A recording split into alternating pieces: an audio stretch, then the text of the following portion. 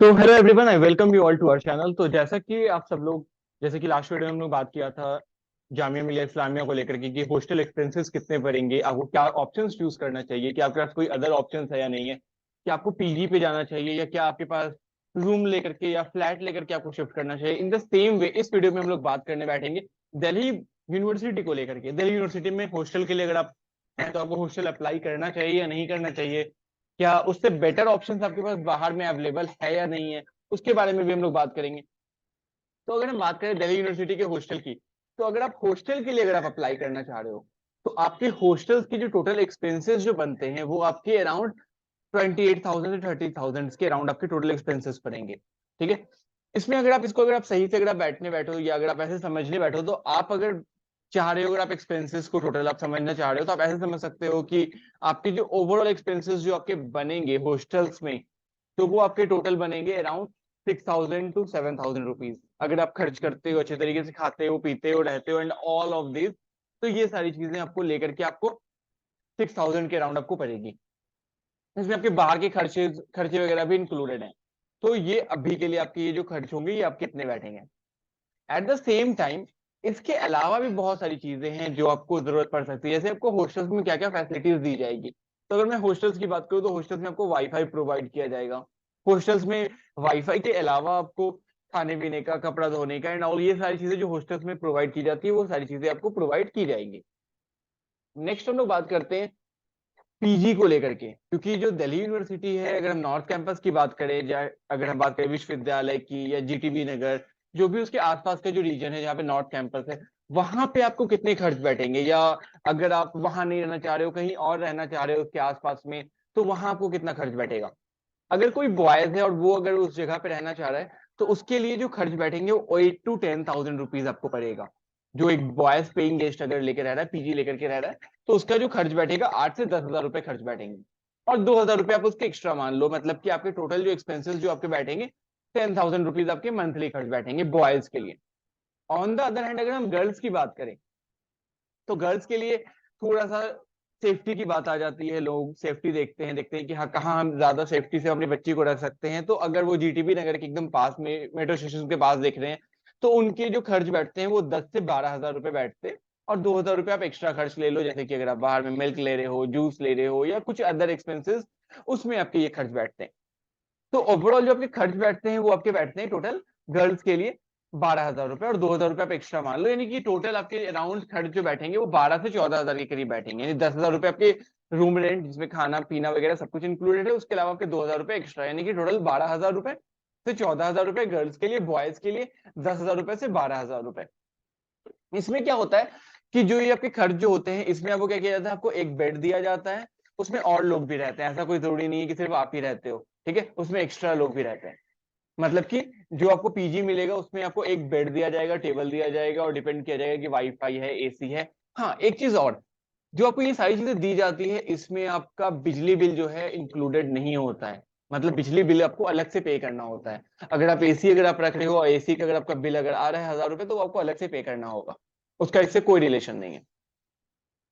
उसके बाद हम बात करते हैं कि 13,000 रुपीज एक बेड, 3 लोग एक्स्ट्रा वहां पे रहेंगे या ऐसा कुछ आपका जो खर्च बैठेगा वो, ये जो अगर आपको जो 12 हजार रुपए जो मैंने आपको बताया गर्ल्स के लिए 12 से 14 हजार रुपए के अराउंड में, तो ये पर बेड का फी है। मतलब पर बेड आपको 12 हजार से 13 हजार रुपए पड़ेगा। मतलब एक रूम इन शॉर्ट अगर आप समझो तो एक रूम को वो लोग 2 या 3 लोगों को सेल करते हैं, जिसका अराउंड अगर तीनों को मिलाया जाए तो अराउंड 40,000 आपका खर्च बैठता है।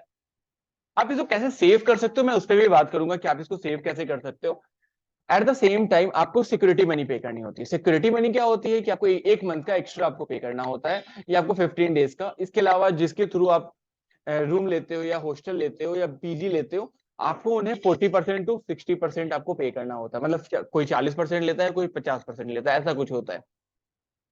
मतलब 1 मंथ की सिक्योरिटी होती है। कुछ कुछ जगह लोग 2 मंथ की सिक्योरिटी भी जमा करवा लेते हैं, और साथ साथ एक एग्रीमेंट भी करवा लेते हैं कि आप 1 साल से पहले आप इस जगह को नहीं छोड़ेंगे। मतलब एक ईयरली एग्रीमेंट होता है या हाफ ईयर का एग्रीमेंट, वो करवा लेते हैं।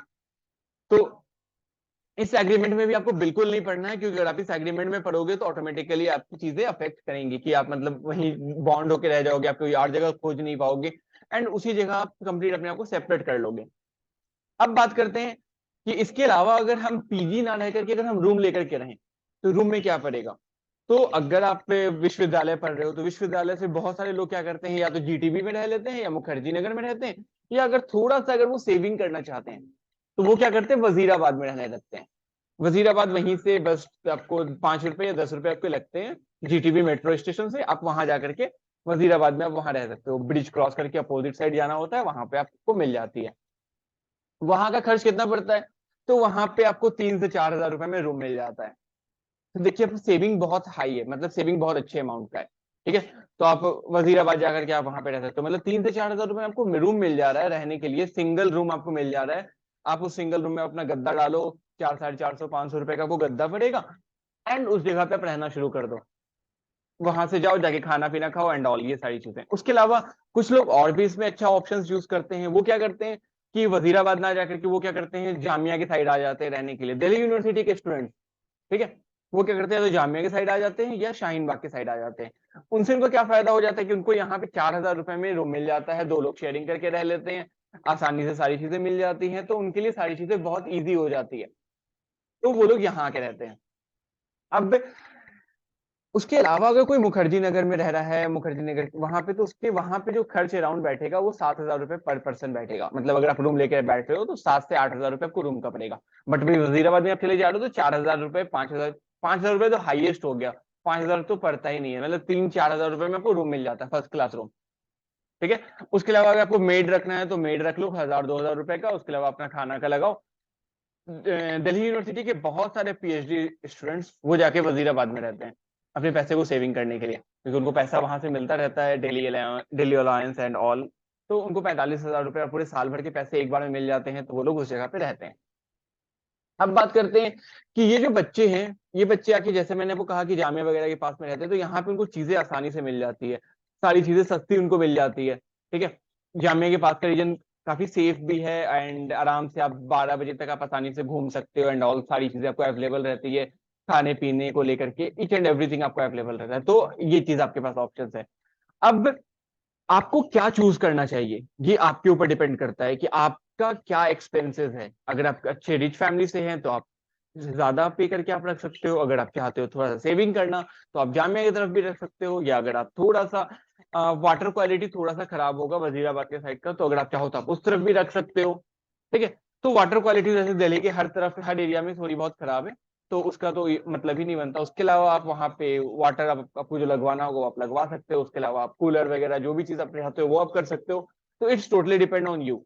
तो ओवरऑल थिंग इतनी थी कि जो मैं आपको एक बताना चाह रहा था कि आपको टोटल खर्च क्या बैठेगा, क्या आप उसके अलावा आपके पास क्या ऑप्शंस है, आपको क्या चूज करना चाहिए इन सब में से बैठ करके, क्या आपको पीजी में जाना चाहिए या क्या आपको हॉस्टल अप्लाई करना चाहिए। अगर आपको हॉस्टल इस बार नहीं मिला तो आप नेक्स्ट ईयर अप्लाई कर सकते हो, या अगर आपको रूम में जाना चाहिए, या आपके पास फोर्थ ऑप्शन आपका बचता है कि आप फ्लैट ले लो। फ्लैट का आपका खर्च जो बैठता है वो 28 से 30 हजार रुपए आपको पड़ेगा उस तरफ में। ऑन द अदर हैंड यही चीज अगर आप जामिया के साइड अगर आप आओगे तो 10-12 हजार रुपए में 2 BHK 3 BHK आराम से मिल जाता है। तो अगर आप इस साइड अगर आके रहोगे तो वो आपके लिए और ज्यादा बेटर है। अगर आप वजीराबाद की तरफ भी जाके रह रहे हो तो हाईएस्ट टू हाईएस्ट 7,000 रुपीज में आपको फ्लैट मिल जाएगा 2 BHK, तो आप आराम से वहां भी रह सकते हो। ठीक है, नाउ इट्स चॉइस योर्स। आप हमारे कमेंट सेक्शन में आप हमें बता सकते हो कि आपको क्या ऑप्शन ज्यादा बेटर लगा, आपको क्या चूज करना चाहिए, या अगर आपके पास कुछ और अगर सवाल है दिल्ली यूनिवर्सिटी से रिलेटेड या कुछ उससे रिलेटेड जो आप चाहते हो कि मैं उस पर वीडियोज बनाऊं, तो आप उस चीज को कमेंट सेक्शन में कमेंट कर सकते हो। हम उस सारे सवाल को जवाब देने की पूरी कोशिश करेंगे। साथ ही साथ अगर आप चाहते हो कि फ्री मॉक टेस्ट ट्राई करना, तो आप हमारे प्ले स्टोर पे ऐप है स्टडी बडी के नाम से, लिंक आपको डिस्क्रिप्शन से मिल जाएगा, आप उसके थ्रू जाकर के आप मॉक टेस्ट आप फ्री अटेम्प्ट कर सकते हो। साथ साथ आप हमारे क्लासेस को भी ज्वाइन कर सकते हो, अगर आप चाहते हो कि सीयूईटी के लिए, तो आप उसके लिए हमारे क्लासेस को ज्वाइन कर सकते हो। साथ साथ हम लोग क्लासेस प्रोवाइड कर रहे हैं 11th की, 9th की, बीए की। ठीक है, तो आप उसको ज्वाइन कर सकते हो, सीयूईटी के लिए पार्टिकुलरली आप ज्वाइन कर सकते हैं। तो इस वीडियो के लिए इतना ही। अगर आपको वीडियो इन्फॉर्मेटिव लगी है तो वीडियो को लाइक करना बिल्कुल ना भूलें और चैनल को सब्सक्राइब कर ले, ताकि आपको जरूरी अपडेट्स ऐसे ही मिलते रहे। तो मिलते हैं अगली वीडियो।